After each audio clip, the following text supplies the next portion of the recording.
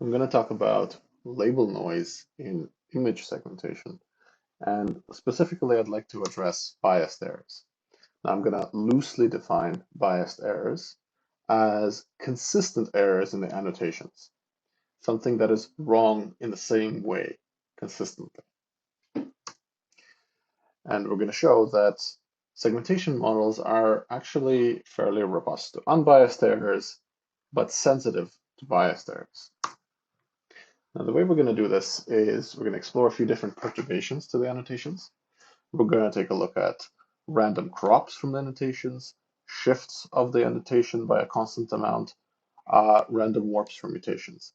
Really, we're only going to cover the first two in this talk, and you can see the rest in the paper. We're going to test this with a few different methods. There are the fully convolutional networks, the UNets that everyone's familiar with, encode an image, decode a segmentation. Semi-supervised mean teacher methods, where the student learns from the teacher whenever an annotation is missing in the training set. Similarly, an autoencoder reconstructs the image whenever the annotation is missing. And an image-to-image translator is another semi-supervised method which does translation of sick images into healthy images. So there's a adversarial component here, and it's a fair bit more complicated than it appears at first glance, and you can see that in a separate paper.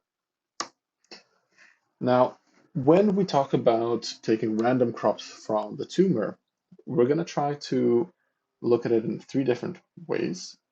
We have three different methods, each with a different level of bias, but they all crop on average half of the tumor.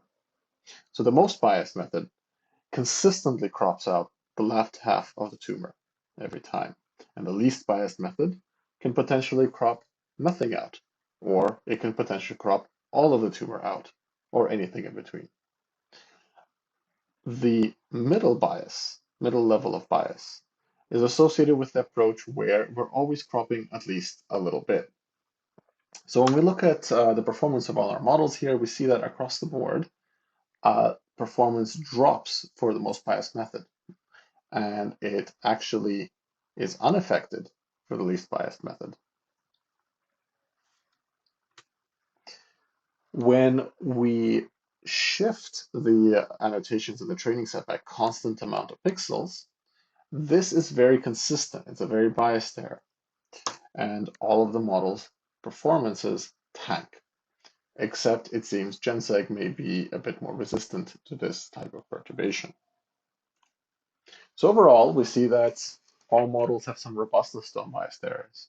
All models are sensitive to biased errors, and Genseg may be less sensitive to biased errors.